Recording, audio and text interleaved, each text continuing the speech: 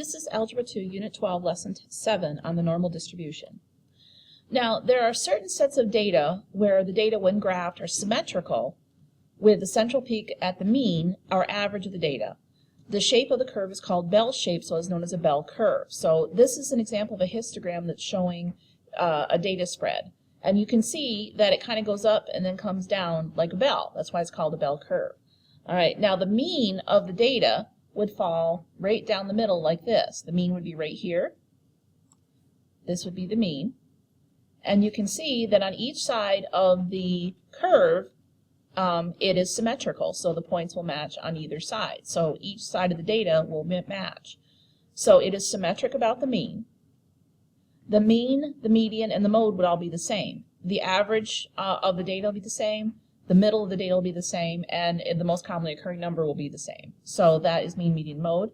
And the mean also divides the data in half. So that means that 50% of the data would fall above the mean, and 50% of the data will fall below the mean. So that is how your data is spread. A lot of things are measured with the normal distribution. Things like, for example, IQ scores.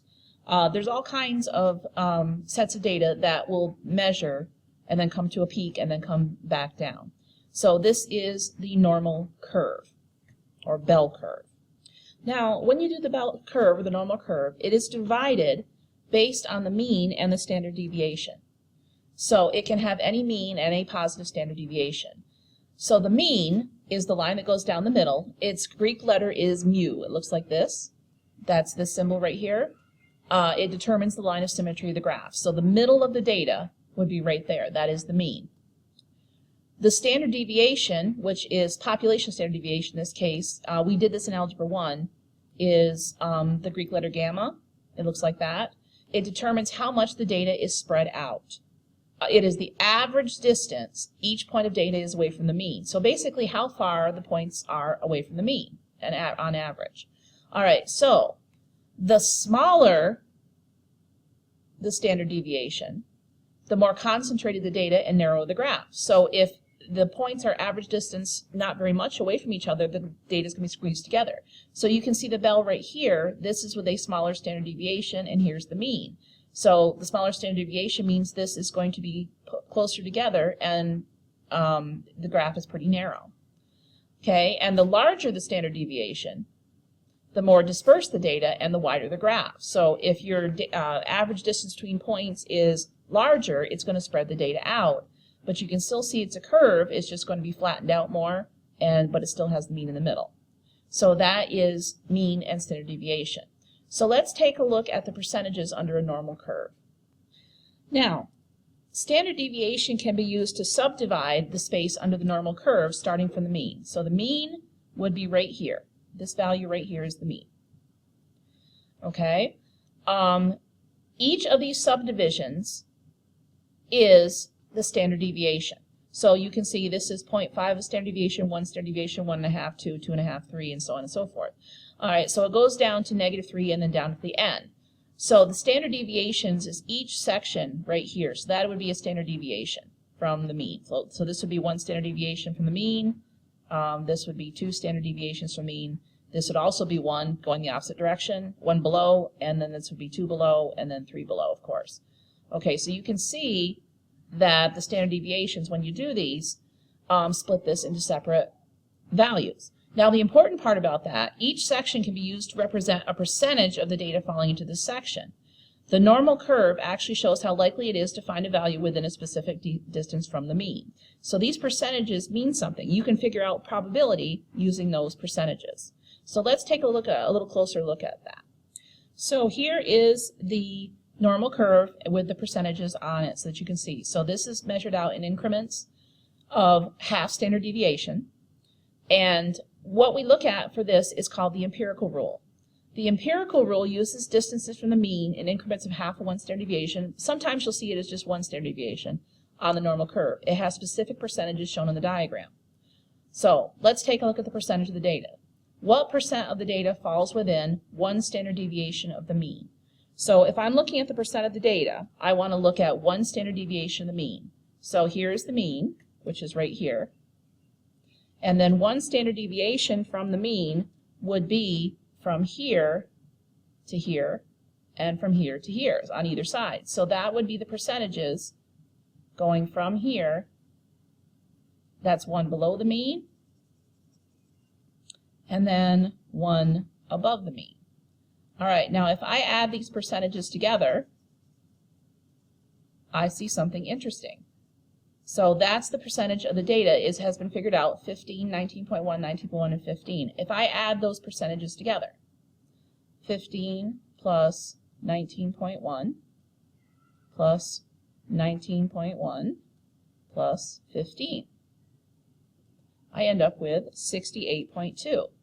All right, so that means 68.2% of the data will fall in the first standard deviation. So from here to here, the yellow right here is going to be 68.2% of the data.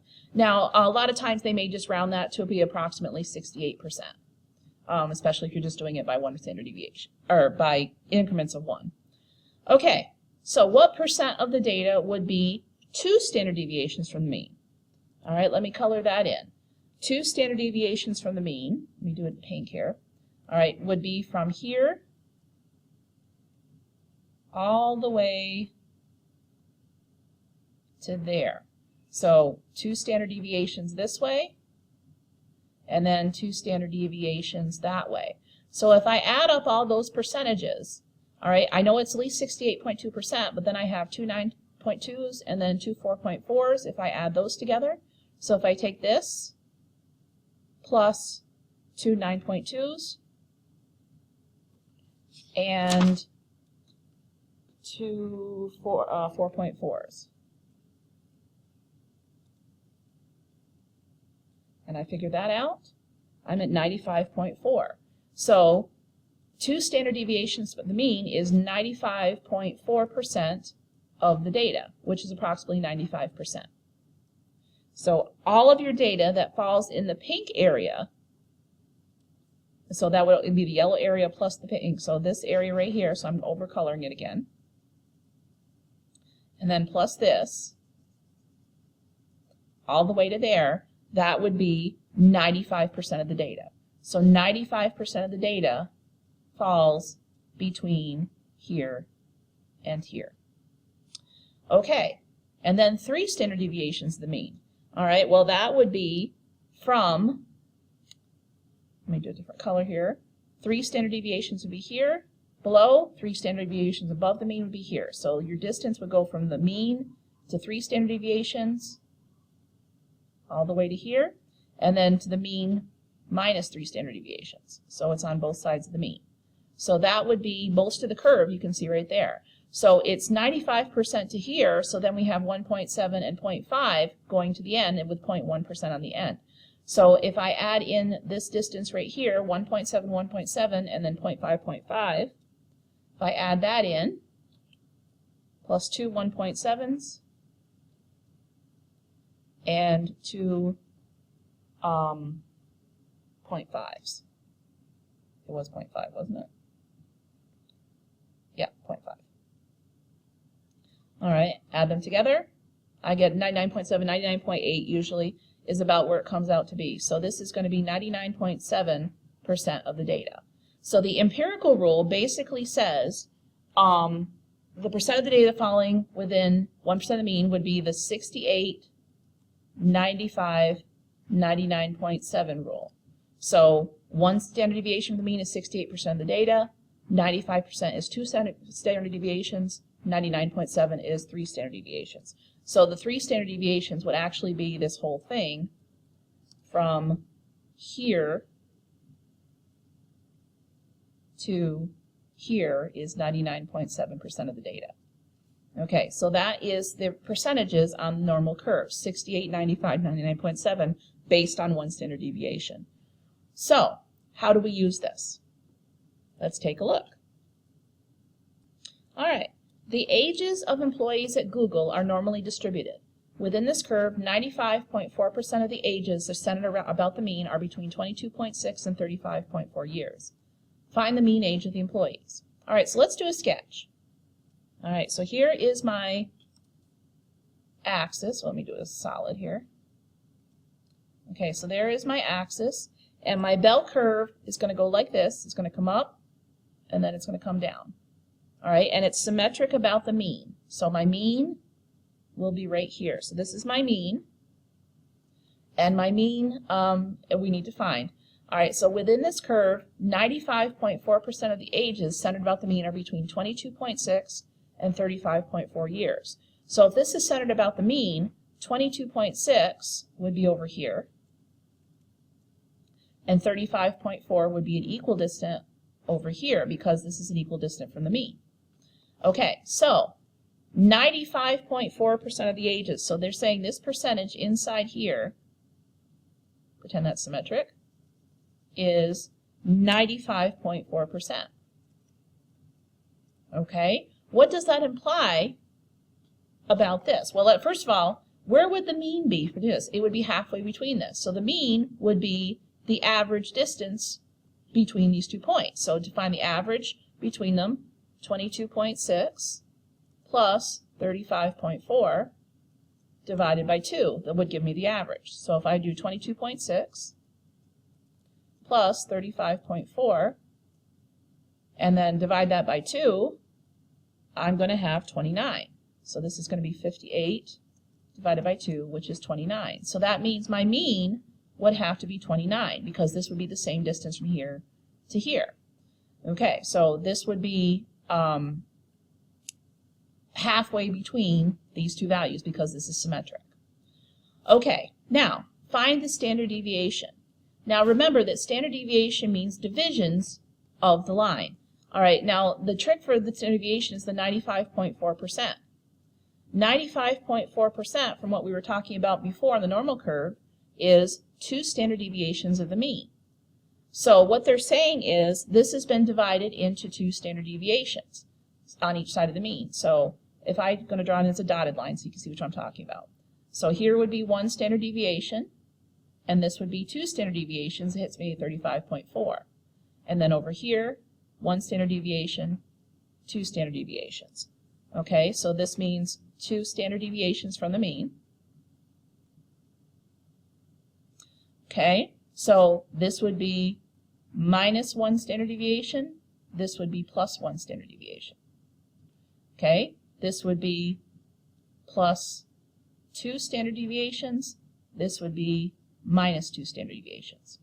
Okay, so when we're doing that, how many sections have we divided this into? Well, from the mean to here, this is going to be 2 standard deviations. So how far is it from 29 to 35.4? Well, if I do 35.4 minus 29, I get 6.4. So this is going to be 6.4. And then if these are evenly divided, if this is 6.4 total, this would have to be divided by 2, would be 3.2. So each increment here is 3.2 away from the mean. So if your standard deviation is 3.2, what would be my other values here? Well, if this is 3.2 from here to here, 29 plus 3.2 is going to be 32.2, which would be right here. And then add another standard deviation of 3.2, I end up at 35.4, which is right there. And it works the same way backwards here. It's going to be 29 minus 3.2 is going to be, 29 minus 3.2, too many zeros, or too many nines.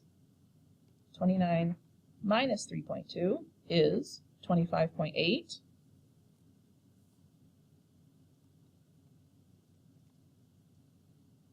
And then minus 3.2 would put me at 22.6. Okay, let's save the last one for the next class. So that's an example of using the standard deviation and the mean. So we'll work on the rest in the next class.